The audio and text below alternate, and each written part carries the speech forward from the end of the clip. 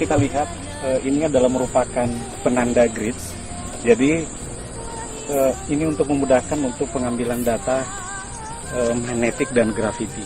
Kita lihat bersama bahwa benteng Gunung Biram berdena bujur sangkar, akan tetapi di dalamnya juga terdapat dena yang hampir berbentuk bujur sangkar. Ekskavasi penyelamatan tahun 2006 belum ada indikasi struktur yang dikatakan kompak yang merupakan existing dari struktur yang kita lihat di dalam benteng. Susunan binaan untuk benteng Gunung Biram ini merupakan perpaduan antara batu vulkanik dan batu sungai. Kita perhatikan ini seperti ini merupakan jenis batuan vulkanik. Sedangkan ada beberapa batu juga seperti batu ini merupakan batuan jenis batu sungai. Jadi dikombinasi antara batuan vulkanik dan batu kali atau batu sungai. Nah, hal yang menarik atau spesi yang biasanya terdiri dari kapur, tanah liat dan pasir. Kemudian juga ada proses pembakaran pada saat itu.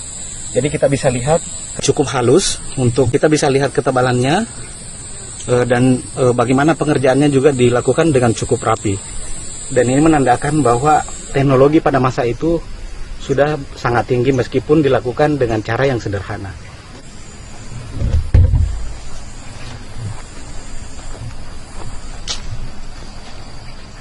Nah, kita lihat di sini ada semacam batuan lepas yang berada di dekat struktur bagian dalam yang merupakan umpak batu yang pada saat itu digunakan sebagai penyangga struktur yang terbuat dari kayu. Jadi ini merupakan ciri atau indikasi bahwa permukaannya telah terjadi keausan atau halus karena mungkin gesekan dari benda seperti kayu.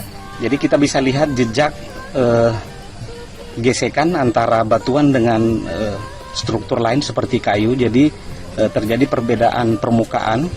Di sini ada yang kelihatan lebih halus karena gesekan dengan kayu atau benda atau struktur di luar dari batu. Nah, ini merupakan ciri bangunan tradisional di mana benteng difungsikan juga sebagai tempat ibadah. Nah, kita lihat sendiri masyarakat sampai saat ini juga memberikan istilah untuk benteng Gunung Biram ini adalah masjid dan benteng Gunung Biram. Sisi timur. Ciri arsitektur benteng Gunung Biram ini sama dengan benteng-benteng lain yang ada di Aceh, yaitu sedikit lebih miring ke dalam.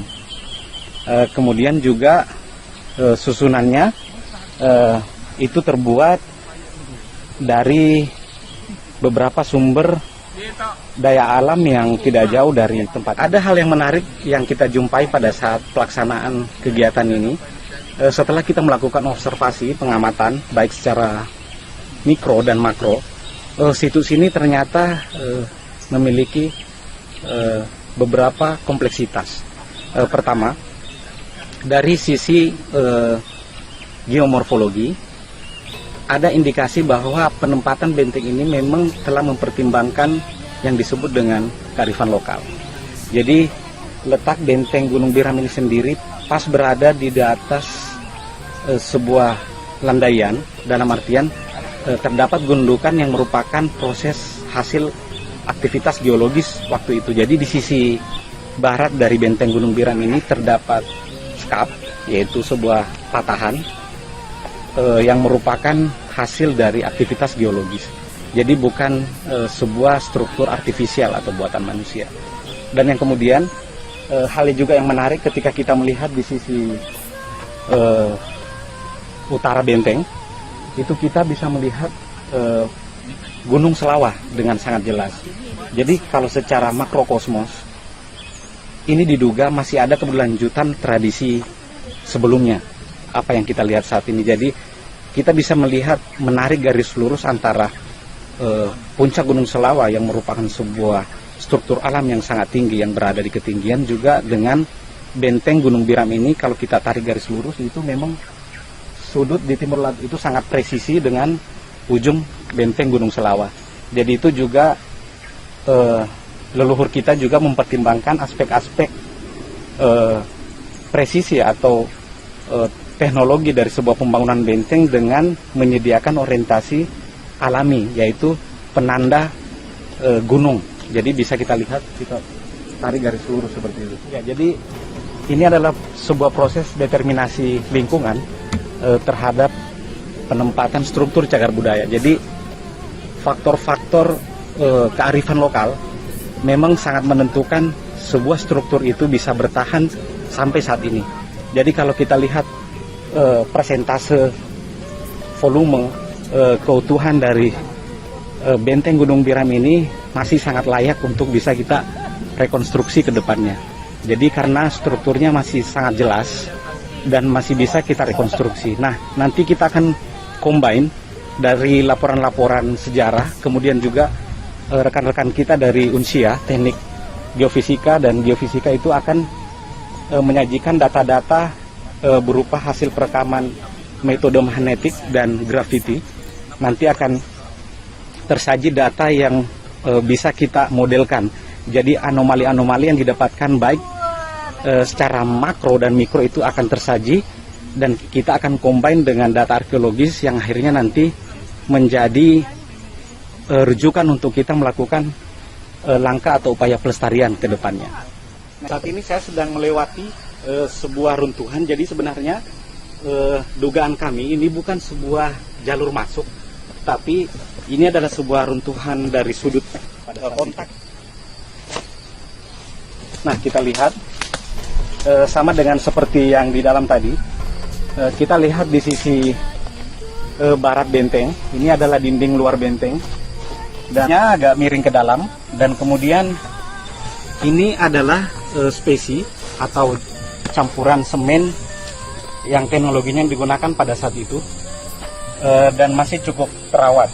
Nah, namun dari sisi konservasi ini kedepannya ada langkah-langkah upaya untuk kita lakukan konservasi pada benteng ini, karena di sini juga sudah mulai banyak ditumbuhi lumut dan jamur.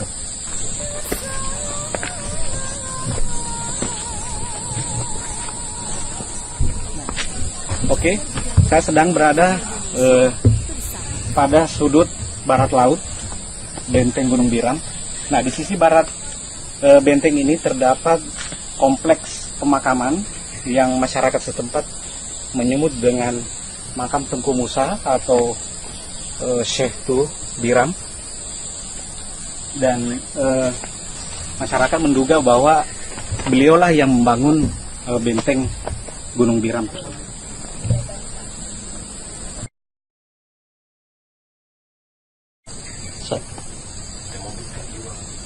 Nah, kita berada di sisi selatan benteng. Nah, kita lihat beberapa batuan-batuan lepas yang merupakan bagian dari struktur benteng Gunung Biram. Hal ini bisa terjadi karena juga faktor alam, kemudian lingkungan juga erat kaitannya dengan faktor manusia itu sendiri. Jadi seiring zaman berlalu, usia mengalami penurunan kualitas. Jadi semakin lama semakin rapuh, dan akhirnya bisa menyebabkan beberapa batuan penyusun ini bisa terlepas dari strukturnya. Nah, hal yang menarik yang bisa kita amati di sini bahwa belum ada pemilihan batu, dalam artian kalau kita melihat dari sisi bangunan, biasanya bangunan batu-batu besar itu berada di bagian bawah sebuah struktur. Nah, kita bisa lihat di sini ternyata dipasang dengan secara random atau acak, karena terkadang batuan besar berada di tengah, batuan besar berada di atas, bahkan batuan besar berada di bawah. Nah, kalau biasanya posisi bawah karena memiliki beban yang berat, sedangkan di bagian atas itu khusus untuk batu-batu yang berukuran kecil.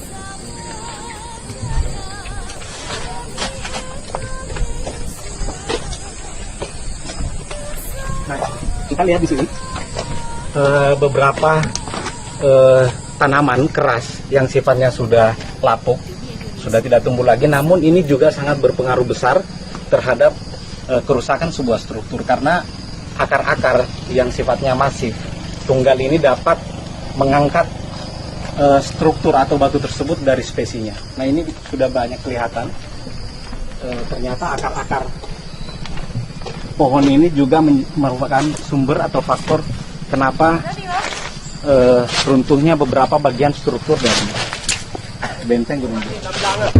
Untuk di sudut benteng di sisi timur, nah ini adalah merupakan bagian dari sudut benteng yang sudah terlepas dari spesinya, strukturnya. Nah, kita bisa melihat di pengerjaan.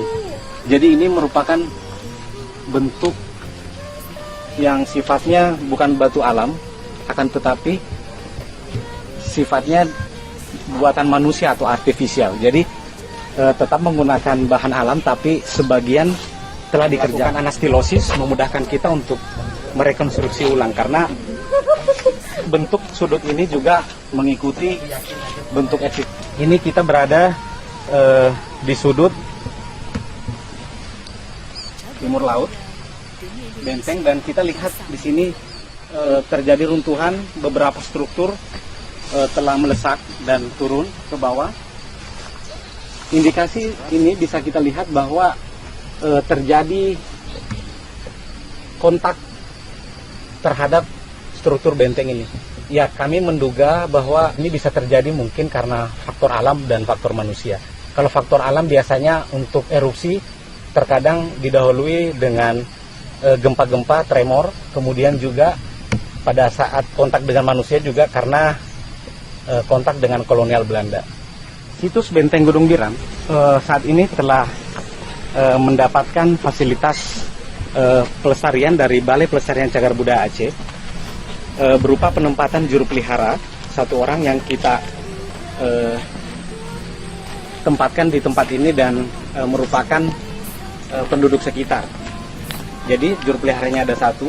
Kemudian kita lihat kita pasang fasilitas perlindungan berupa informasi situs yang menandakan bahwa struktur cagar budaya Benteng Gunung Biram adalah bagian dari objek pelestarian cagar budaya. Jadi di sebelah kanan ini nomenklatur situs, sedangkan di sebelah kiri adalah papan informasi terkait dengan Undang-Undang Cagar Budaya Nomor 11 Tahun 2010. Ya. Jadi Balai Pelestarian Cagar Budaya Aceh, Wilayah Kerja Aceh dan Provinsi Sumatera Utara saat ini concern terkait dengan keberadaan situs dan cagar budaya yang memang wajib dilindungi, dilestarikan oleh pemerintah. Sesuai dengan amanah Undang-Undang Cagar Budaya Nomor 11 Tahun 2010, kebijakan pelestarian yang dulunya merupakan sentralistik sekarang berubah menjadi desentralistik. Jadi peranan pemerintah daerah dalam hal ini kabupaten maupun kota sangat berperan penting dalam hal melakukan pelestarian cagar budaya. Jadi porsi masyarakat, publik secara luas, dan pemerintah daerah, bahkan seluruh stakeholder dalam hal ini lembaga swadaya masyarakat, kemudian aktivis budaya, diharapkan bahu-membahu untuk melestarikan cagar budaya yang ada di Provinsi Aceh. Cagar budaya kita penuh